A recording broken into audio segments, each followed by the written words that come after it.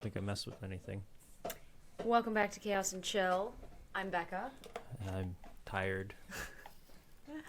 We have a lot to catch up on because the last time you saw us was in April.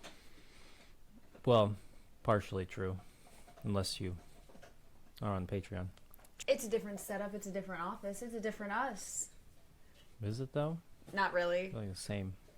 I can't remember if in the I'm Dying But I'm Trying episode we addressed my health issues. I feel like we did. I don't think we touched on the conference. Probably.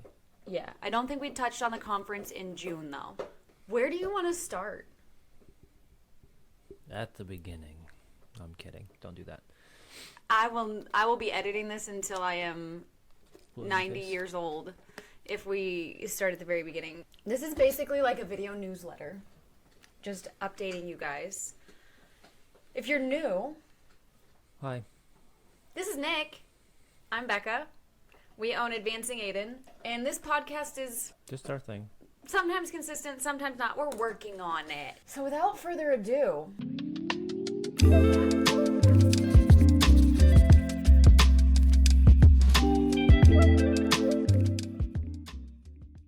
when I left you guys last, I was working for a company. We don't have to name it. Unless you really want to. I don't know if it All matters. I want to say is, Kevin, you suck. Mind your own business. That's probably all going to get edited out anyway. Might be you. Now we're going to have a bunch of angry Daves in my comment section. Now that Petty Nick has been fed, let's get to the actual podcast. The last time I talked with you guys, I was working as a quality manager for a manufacturing company that really was not fantastic. Yes, I was there for over 2 years. It was an experience I would not repeat. While I was there, I was diagnosed with early stage kidney failure, stress-induced cardiomyopathy. Yeah, I could list a bunch more. On the topic of my health issues, I do want to take a teeny minute and address something. Going back to June, you and I had multiple conversations. I had committed to a conference in, February or March that I was going to speak at. Mm-hmm. And I did the Building Blocks for Business presentation. Oh, yeah, it's on the wall back This there. way. Camera's messing me up. But how did you feel about that conference in general, leading up to it? What were your thoughts? Tell the people your thoughts. Leading up to it, I would say cautiously optimistic. Fair. What were the first red flags for you? Do we really want to go into those? Yes. Do you need the color to feel better? No. Well, one thing that I first noticed out of nowhere, and I don't know if this was just like minor oversight, but all the marketing stuff. Oh, that I wasn't included on? Yeah. I thought that was interesting. Now, that may not have been intentional. You mean I was on Definitely. it and then I wasn't? Yeah, the That first wasn't one that intentional? everybody saw, like, that everybody okayed, was like, yeah, this is what we're going to send out. I was like, oh, it looks good. And then the one that actually got posted to all of the websites and the flyers and the posts on the internet, I just thought it was interesting. You're being so kind right now. It might have been nothing. It might have been minor oversight, but Now, it really didn't seem that way. Now, I am the bone collector, and I do have evidence of all of this. Should we put it in as an asset and post and show the difference? Or do we really not need to embarrass them anymore? Nah, I think we're done. Okay. When did you know that it was a dangerous situation for me? I don't know. I just had a feeling like the day before you left, really. Mm-hmm. Just something felt off. Just some of the behaviors witnessed and things there was a shift. Where did you notice the shift? Because I'm sure you noticed it a bit further than I did. Yes. I noticed it when everyone else seemed to know what was going on with schedule changes, but I didn't. I noticed it when I would ask for information in the group chat and I wouldn't get a response. or the response that I got varied very much from other people's interactions in the group. It was very obvious. You know when, and so like I think only, I don't know, do guys have group chats? I don't know, maybe. I'm not in any of them. The only guy group chat that I know about is the Discord group chat where we're in playing video games on Wednesday nights. But that's a voice chat, and it's a bunch of guys. There's a chat section, but... Yeah, but like I don't think so. I don't know that guys have group chats. The only group... I take that back. I know of another guy's group chat, and it is called the Tortured Men's Department or some bullshit like that. Apparently Joe Alwyn, Taylor Swift's old boyfriend, talked about it. He had a group chat with a bunch of dudes, and that was what it was titled. No. She now has, and so everyone is up in arms because she now has the Tortured Poets Department coming out.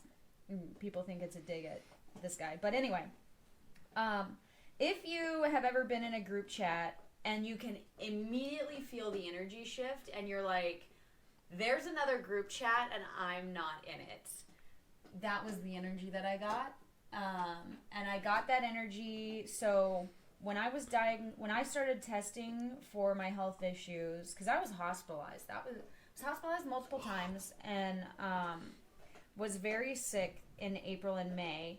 And when I let the leaders of the group know that there was a potential that I may not be medically cleared to travel in June, I let them know very early. I was recommended not to go by my medical team. This is true. And I went anyway because I was really concerned. I already knew, like, I could already feel the energy shift and whatnot. And, I mean, I would have told you not to go. Like, I was in support of you going. I was in support of you not going. It was like, if you don't want to go, then don't go. This is true. This is true. This is up to you, mostly. Frankly, I didn't want to be talked about, and so I didn't want to pull out, and I didn't want to... I had not at this point said anything online about what was going on with my health, and so I didn't want to be talked about. I feel like there's no way to avoid that, though. My experience at the event with everyone else that was helping with the event and participating and, like, teaching at the event was uncomfortable. Just a weird air. I did not feel welcomed. I did not feel... It was uncomfortable. When I really realized that I just did not matter to these people, even as, like... And this is something that I... Not everybody. There were people there who were very nice, apparently. I did not go. I was gonna finish. Okay. Just wanted to make that clear from the jump. Like, not everybody. Just some people. You want to let me tell my experience? Or Yes. you gonna... Yes, that's fine. I'm sorry. I did not matter to the people that I thought I mattered to. People that we had invested time, money, and energy into. And the gossip that I heard, the things that were said about me, I was shocked when I was hospitalized that night. And the people who were leading, they didn't care. They did not give a single fuck. All they cared about was how people were going to be able to finish their passports so that I could give them gift cards. That was all they cared about. Not a single person, with the exception of, and I'm talking about, like, who was leading and speaking, reached out to me. With the exception of Whitney from Dare to Sparkle, but we had a very different... Yeah. She was just a vendor at the event. She wasn't in the group chat. She wasn't part of the presenters. Yeah. She was just there. And that was when I really realized how poorly I had invested. Well, hindsight's always 20/20, right? Sometimes, but most times. You take a look back and you're like, oh, I should have seen that. Well, and it was interesting because when I really thought about it, we had already made the decision to leave the craft community at that point because we came with office supplies to that. Like, yes, we had some glitter, but we didn't have a lot. It wasn't like that was the main... No, we did not take everything. I'll put a picture of what our booth looked like. But we brought way more office supplies than we brought. Pens. We knew that this is where we were going. Mm-hmm. And thinking back, I remember, like, there was no encouragement. I feel that I always cheer and support and talk about people that I value and respect when they're making big business moves. Mm-hmm. I never expect people that I have supported to support me back, like, monetarily. It's not about money for me. No. You can always do other things to support. My blood sugar's beeping. When is it not? I know. But I didn't even get... These look so good.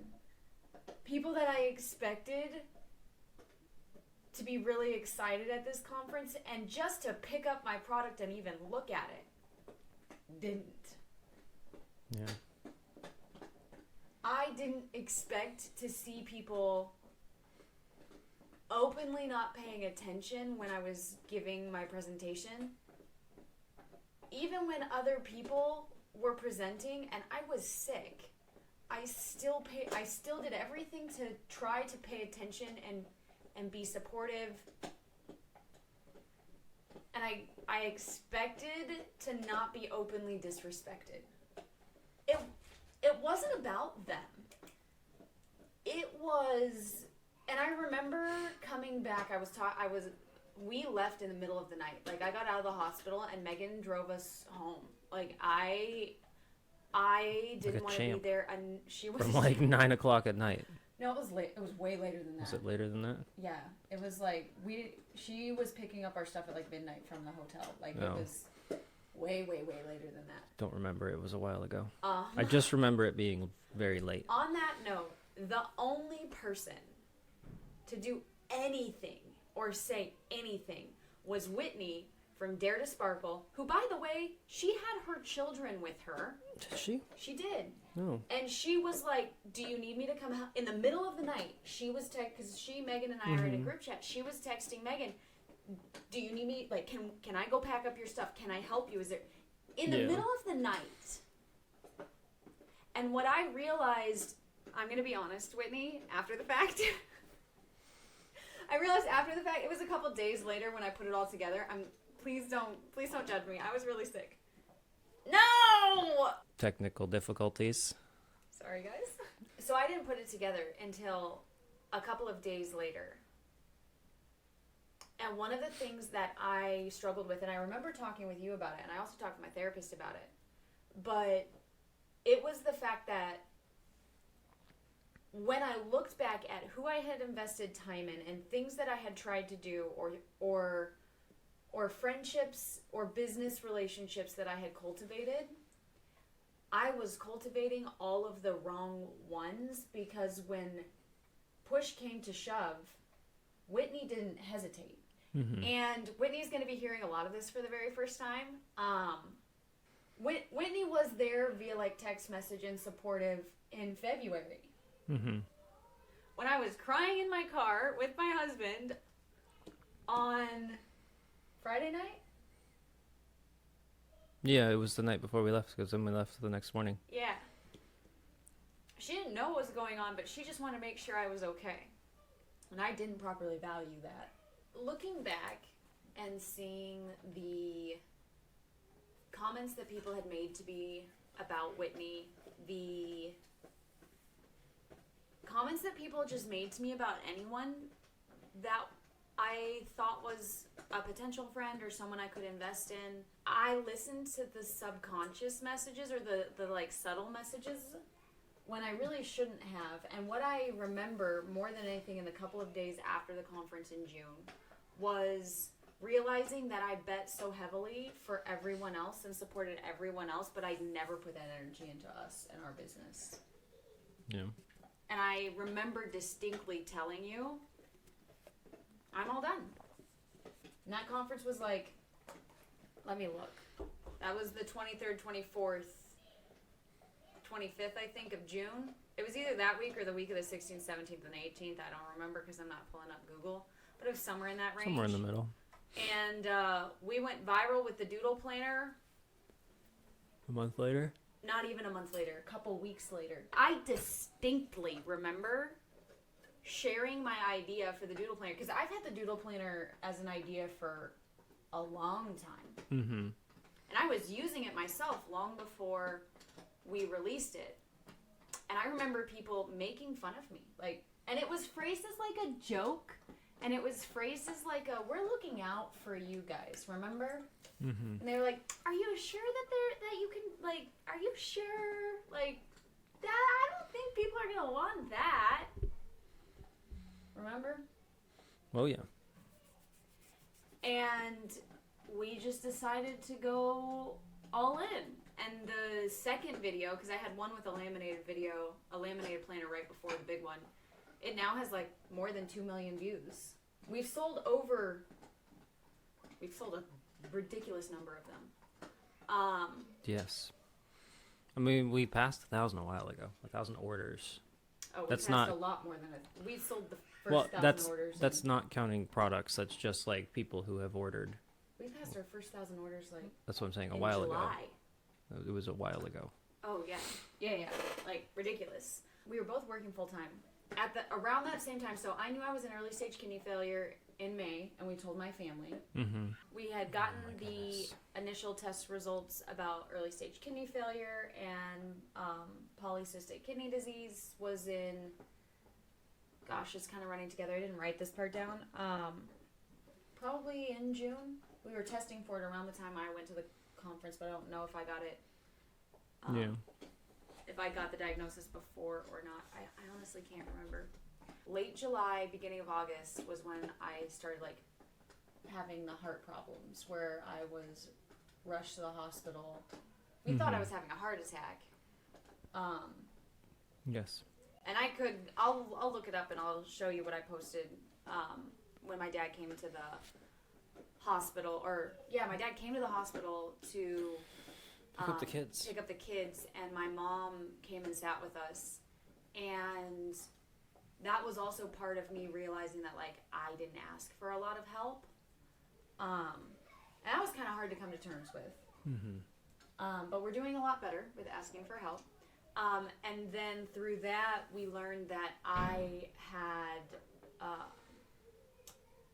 stress-induced cardiomyopathy. Mm-hmm. And it was in August that my doctors told me, if you don't do something, you will probably be dead by the time you're 35.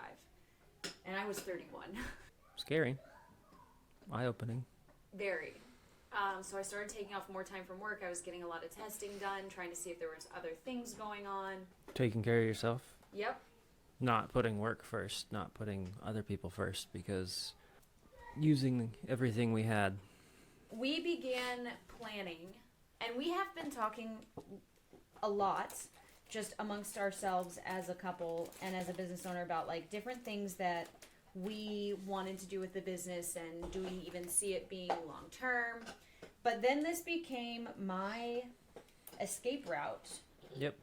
It was the safety net to get out of the position I was in at the company I was last at was abusive at best. Yeah, that's putting it lightly. That's you being nice. So to put it into perspective, and I'm going to make sure that I don't give out too much information, I had sent a resignation letter, and it was just like your standard resignation letter. In fact, it was the exact same resignation letter one of the other managers, one of my good friends, had submitted like 4 weeks before me, because he also left. And so I had another resignation letter, and I sent this email after my last day, and I said, after incredibly careful reflection, I feel it would be a disservice to both of you as leaders, and I sent this to the CEO and the COO, to not be fully honest in my remarks surrounding my resignation and refusal to consult for company name. This is my resignation letter I had originally penned, but chose to submit my formal one with 3 weeks' notice after much consideration. I only supplied the extended notice out of respect for my team, and I give a manager's name. It was the worst decision I could have made, and the statements below can only be further detailed based on my experience during my resignation.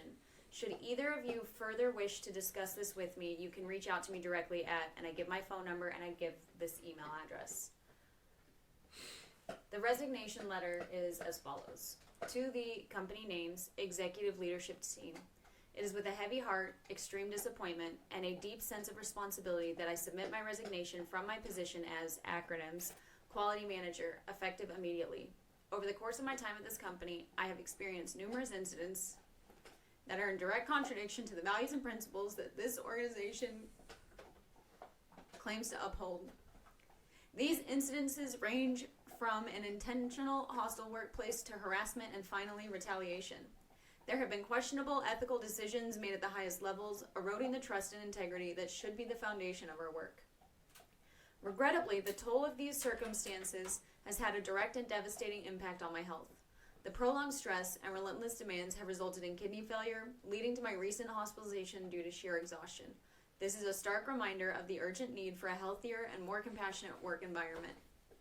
Furthermore, I must address the blatant disregard for ADA accommodations and the subtle but clear minimization, infringement, and resistance to compliance of those accommodations that I have faced. This flagrant disregard not only undermines the legal and ethical responsibilities of our organization, but also reflects a deep-seated insensitivity to the needs and rights of individuals with disabilities. Additionally, I cannot turn a blind eye to the disturbing instances of racism and sexism that persist within our workforce. The culture of retaliation and the lack of swift and meaningful action to address these issues perpetuates an environment of fear and injustice, further exacerbating the challenges faced by marginalized individuals. I implore you as a collective leadership to seize this moment as a turning point. The future of this company hinges on a commitment to true accountability, inclusivity, ethical conduct, and the fulfillment of ADA requirements. It is my sincere hope that my departure serves as a wake-up call to ignite the necessary changes before more irreversible damage is done.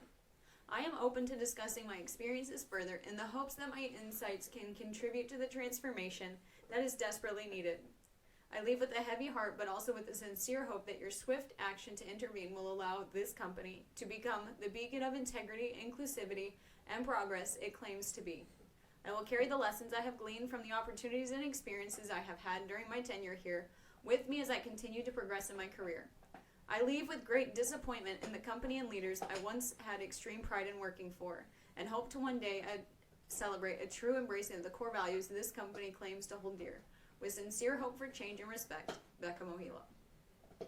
We found out the next day that they had made the intentional decision to cheat me out of hours and hours and hours of PTO that they said they were going to pay me out because they asked me to not take vacation during my resignation. And that was just like the icing on the cake. I had it in writing. I had it all. They wound up paying me out.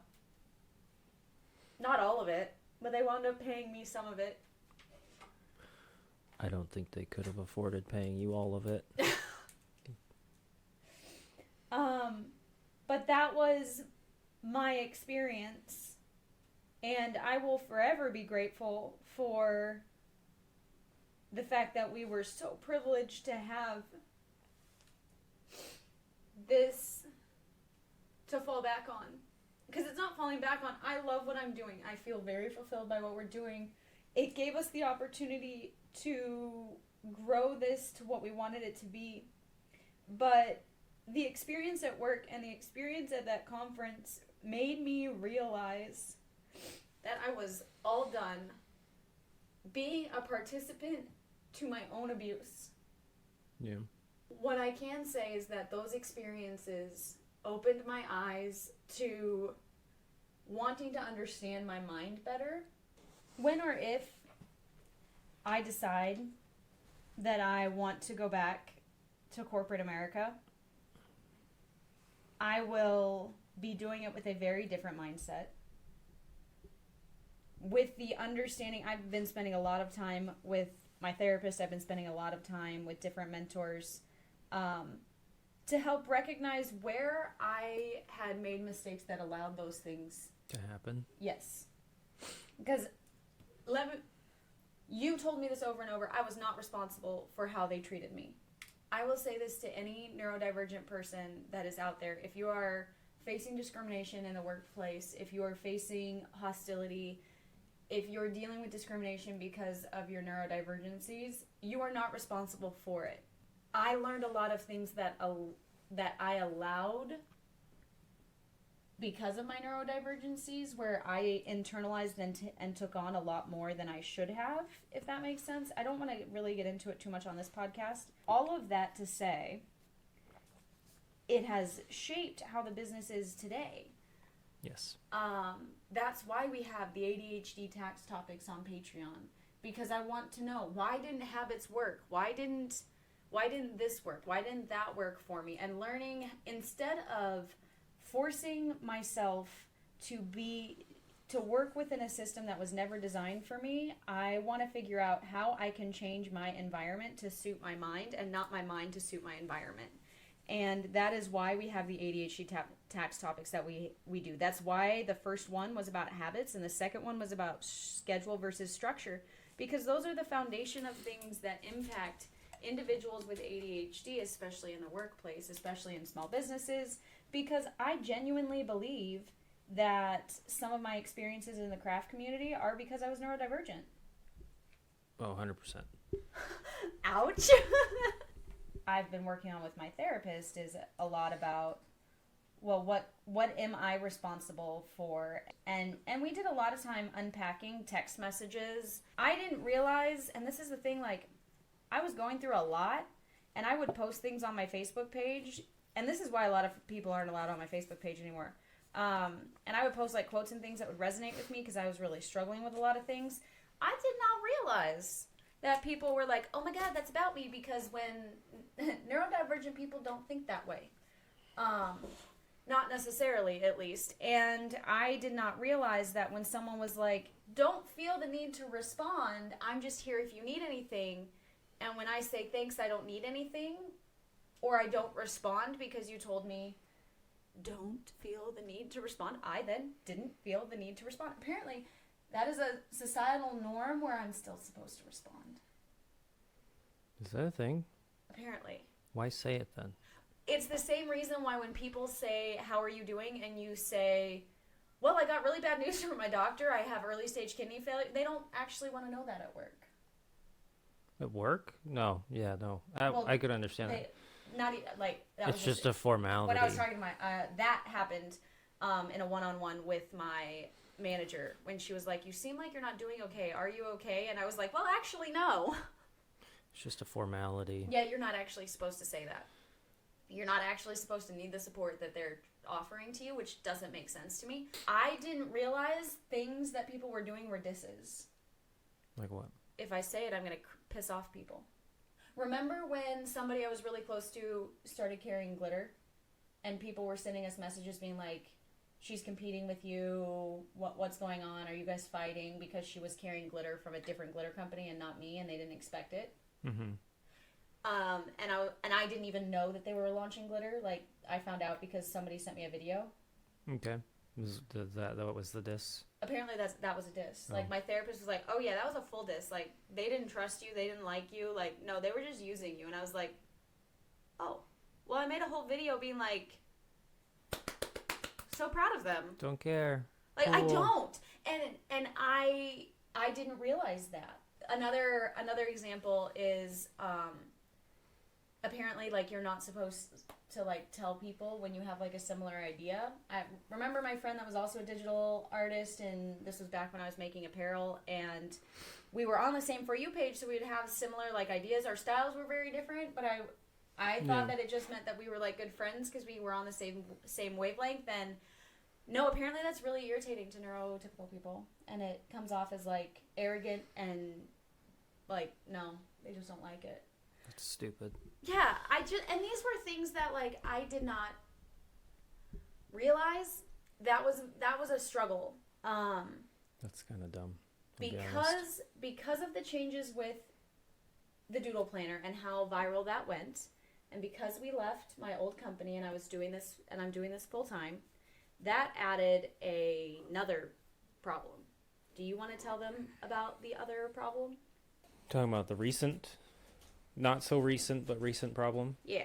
That wasn't a problem until you were here working full-time? It was a problem before that because I understand that. I'm not saying it wasn't a problem, my but most clear email. it was more manageable. Will you grab those 2 file folders from up there? By the way, you should never go up against someone whose entire life is documentation. But it was more manageable in that So, we could put up with it for an hour or so, and that was it. this was dated on July 21st, which is 2 days after our viral video. Mm-hmm. And it says, following up on the security issue, it's still not working because our security was down for weeks. And then we wanted our sign updated to talk about the doodle planner restock. And then I brought up again a noise complaint. And I said, also, we've been trying really hard to be good neighbors, but the salon is getting louder and louder to the point that it is making working next door to them unbearable, leading to short tempers, fights due to overstimulation, and ruining of video footage for our business. Can we really politely ask for them to do something about it? For example, they had music on loudly today and then yelling over each other in some kind of dryer going all at the same time. This is a constant now. I understand they're a salon and busy, but it's getting to the point we cannot film for our business until late in the evening or early in the morning before business hours, and that's simply unacceptable. Please let us know what we can do to be part of the solution. And he did nothing. It also doesn't work because yesterday they didn't show up until 10. Today, it was 8. That is just some of it. This is more, and this is more. So we're moving. Yeah, we're moving. But also, like, this goes back to when we got into the lease issue. But this is dated for a request of all of our information back in 2022 when we were leasing the space. So just in case, this is very like long-term issues. Here we go. And we were supposed to move in on April 1st. We were supposed to take possession and be able to open the store because we were going to open the store on the same day that we had closed the store the year before. But this permit wasn't even requested until April 3rd. And we weren't able to get in. Our inspection report was from the 4th, and we failed. And that was for the rough-in. That wasn't for the final. That was for the rough-in. We found out that the building permit wasn't even filed until March 10th. They came out and did a building permit to even start construction on the 30th, and it wasn't approved until the 7th. Welcome to the shit show. Welcome to the shit show. I have the original lease where he was demanding that we begin to pay rent on April 1st. When we couldn't even get into the space. This is the original. I have one of the original leases. And then we signed our lease because I was like, no, if we had listened to ourselves, we should have just never signed this lease. But well, again, hindsight being 2020. Yeah. All these issues from the beginning and the contractor that told us we should just turn around and walk away. We had 2 contractors even refuse to work with us because they don't work with our landlord. Read the signs I that were written all over the walls. I was dumb. No, I know. But so long story short, we did get a new space. I'm very excited about the new space. It does mean, what does it mean? Tell the people what it means. It means I'm going to go broke. What? It means I'm going to go broke. Why? Because it's right above a coffee shop. Oh. We will no longer have a retail space, which I'm really excited about. Nobody used it. We did not get nearly as much, but also, like, that's not our ideal, like, our ideal target market. Neurodivergent people do not want to come in the store. And that's okay. And frankly, it works so much better, which leads to the other part is Andrew, we pulled from school. I have that file full of stuff too. We pulled him from North Lakes Academy in Forest Lake for some very good reasons that I am not going to get into on this podcast, but he needed help that they could not give. Yes. And we are using Connections Academy, which I think that our next podcast episode will go into a more in-depth review of it from a parenting perspective. Because he's only been doing it for 2 weeks now. Yeah. And so I don't want to give a review until we've spent a little bit more time on it. But so far, I think he seems to enjoy it. we have seen a marked improvement in his demeanor. Oh yes, his whole attitude has shifted. He sleeps so much better now. He's eating so much better. Yep. He wasn't eating at school, which I know doesn't help with behavior problems. He would just get angry very easily. I'm gonna put a picture in here, but it's of Andrew's layout. And when we set this up, it's of him in his chair at his desk, and he was like, "Mommy, going to school is a paradise now." Whereas he would cry, like full on sob, and not want to go to school. Yeah. Now, I don't know if we will continue to do online school, but for now it's working really, really well. Yeah, I would say it really depends. If it doesn't work out, we'll look at something else, but I would probably put him in a mainstream public school that has better resources for special needs. My youngest brother, and actually, I'm very excited. If you're interested in neurodivergencies and navigating school, my mom is willing to come on the podcast and talk about it and talk about IEPs and things like that. My mom is really interested in coming on and doing a podcast, and we're going to be talking about what that is like from her perspective, and some of the things that she's learned, because she was very surprised to find out that I was neurodivergent. I was not diagnosed until I was well in my late 20s. Yeah. And talking about what she would have done different, homeschooling us if she had known, and what she's doing differently with her special needs with my brother, and how that is working. We want to be able to give any resources we can to help. Now, it will be specific to the schools that she knows, but, from another perspective. So I'm really excited about that for you guys. It's all probably roughly the same, at least as far as, like, big public schools go. Yeah. Now that we have looked back, I want to look a little bit forward, because I want to end this on a positive note.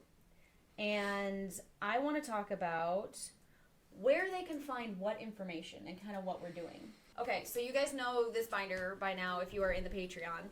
But this was prompted because it's just the way my brain functions. I'm going to show you one that's done. Now, let's be clear. This is not a new concept for her either. We brought it back. The reviews? In a different way, yeah. So this is just part of my review matrix, and I'll pop up the review matrix as an asset in post. No, you can't tell them all the things. You made that clear. You didn't want anybody to know how they were graded. No, I don't want it on YouTube. Part of this is for Patreon. Oh, okay. But they already know. Yeah, they've already seen it. So. Here's kind of, because of all of these things, and because at the heart of everything and why we made the changes we made to Advancing Aiden, we want to be as accessible as possible. So often, things that are recommended to neurodivergent individuals are cost prohibitive to us for various reasons. And when I say cost prohibitive, I'm not talking about just finances. And I know I talked with Nick about this. It's cost prohibitive from an executive functioning perspective. It's cost prohibitive from how things are set up. So like, oh, you have ADHD, you're struggling at work, oh, just get a planner. But that's not how our brains work. Yeah. And the planners aren't always designed for us. But we also, when you go on YouTube or you go on Reddit, but when you're on Reddit, a lot of what I'm seeing in some of these Reddit groups or on Facebook groups is, I wish that the plan with me's were more functional. I wish you explained to me how you're doing it. But more than that, and this is why I started talking about habits and why I have the ADHD tax topics that I do, is unpacking how our brain functions. If we can understand how our brain functions, then we can build processes into our everyday life that will make our executive functioning bill lower every single day. Mm-hmm. That is what I'm trying to do. Long story short, I want to be able to have educational things. Mm-hmm. We do short form content on YouTube Shorts. I also have the short form content on Pinterest, Instagram, and TikTok. The main place that we do a lot of the education is Patreon. Yes. Now we have 3 levels on Patreon, and I'm going to put them up for you guys. So we have 3 different membership tiers, and so we have what's called the Frosted Pop-Tarts for $5, excuse me. And there's a free trial for 7 days, so you can do it, and if you don't like it, you don't have to do it anymore. Yes. I'm a fan of free trials. Yeah, try it out. If I'm a lunatic and you don't want to listen, then my bad, I'm sorry. But That's what fine. you get is behind-the-scenes content. You get private Discord channel with Nick and I, exclusive Amazon product reviews, voting rights for influencing new products, and extended plan with me videos. Then we have the Doodle Poodles. These were named with our Facebook group, by the way. I didn't realize that I didn't have this on all of them. I want you guys to be able to have the post archives no matter what level you're at. Yeah, that's fair. But Doodle Poodles, you get all of the same things, and then you get a quarterly live streams with Nick and I. And we do that in the 3rd month. But the quarterly live stream, we're going to have to be careful because we're moving in the month of March. And that's when I was planning the live stream. But we can do it mid-move. we can do it mid-move. It'll be fine. We can just set up And in then the our corner. final one, which is $19 a month, is the Chaos Gremlins. And this one you get a quarterly mystery gift.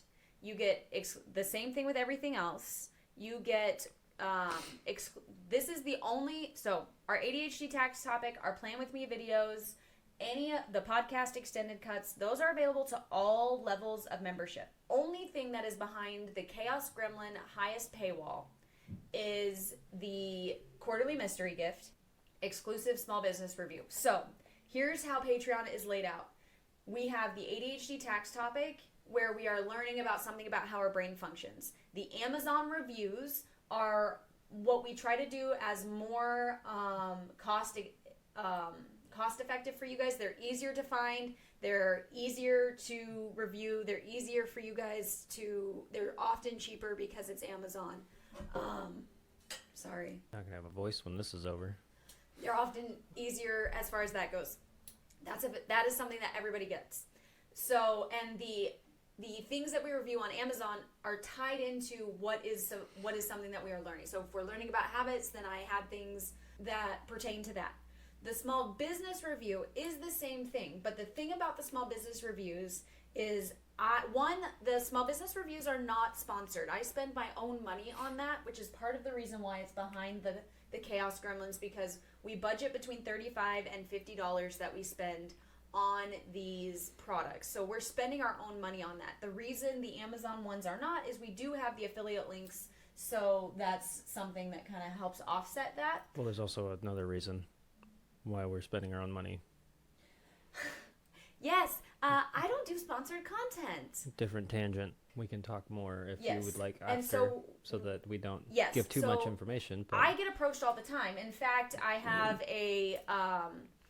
I will pop it up right here.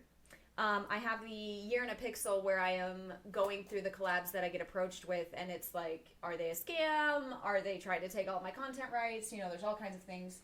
And I want to be able to ethically sponsor and provide things to you. Now, this is a business. I should be paid for what I am doing if I'm going to partner with a business and recommend a business. yes, I did one, and we did Ink Blot Spot in January.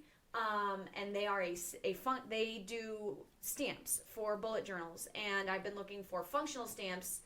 What I'm finding is there's not a lot of functionality available.